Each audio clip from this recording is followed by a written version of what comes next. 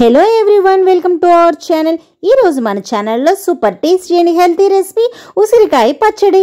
వారం రోజుల పాటు చక్కగా నిల్వ ఉంచుకునేలా ఇన్స్టెంట్గా చేసుకునే ఉసిరికాయ పచ్చడి కోసం ముందుగా స్టవ్ మీద ఒక ప్యాన్ అయితే పెట్టుకొని 3-4 స్పూన్ల ఆయిల్ అయితే వేసుకోవాలి. లో ఫ్లేమ్లో పెట్టుకొని 1/2 టీ స్పూన్ ఆవాలు, 1/2 టీ స్పూన్ మెంతులు వేసి చక్కగా లో ఫ్లేమ్లో చిటపటలాడి కొంచెం కలర్ చేంజ్ అయ్యే వరకు వేయించుకోవాలి.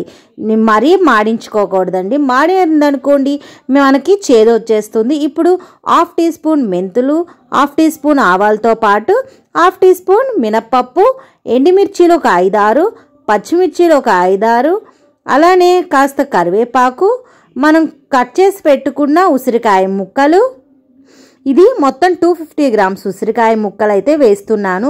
అలానే మొత్తం టేస్ట్కి సరిపడా ఉప్పు. ఇక్కడ మనకి ఈ పచ్చడికి అయితే ఉప్పు ఎక్కువే పడుతుందండి. సో కొంచెం పసుపు, మీకు ఇంగువ టేస్ట్ నచ్చుతుంది అంటే కనుక ఇంగువ కూడా కాస్త వేసుకోండి. నేనైతే స్కిప్ చేస్తున్నాను.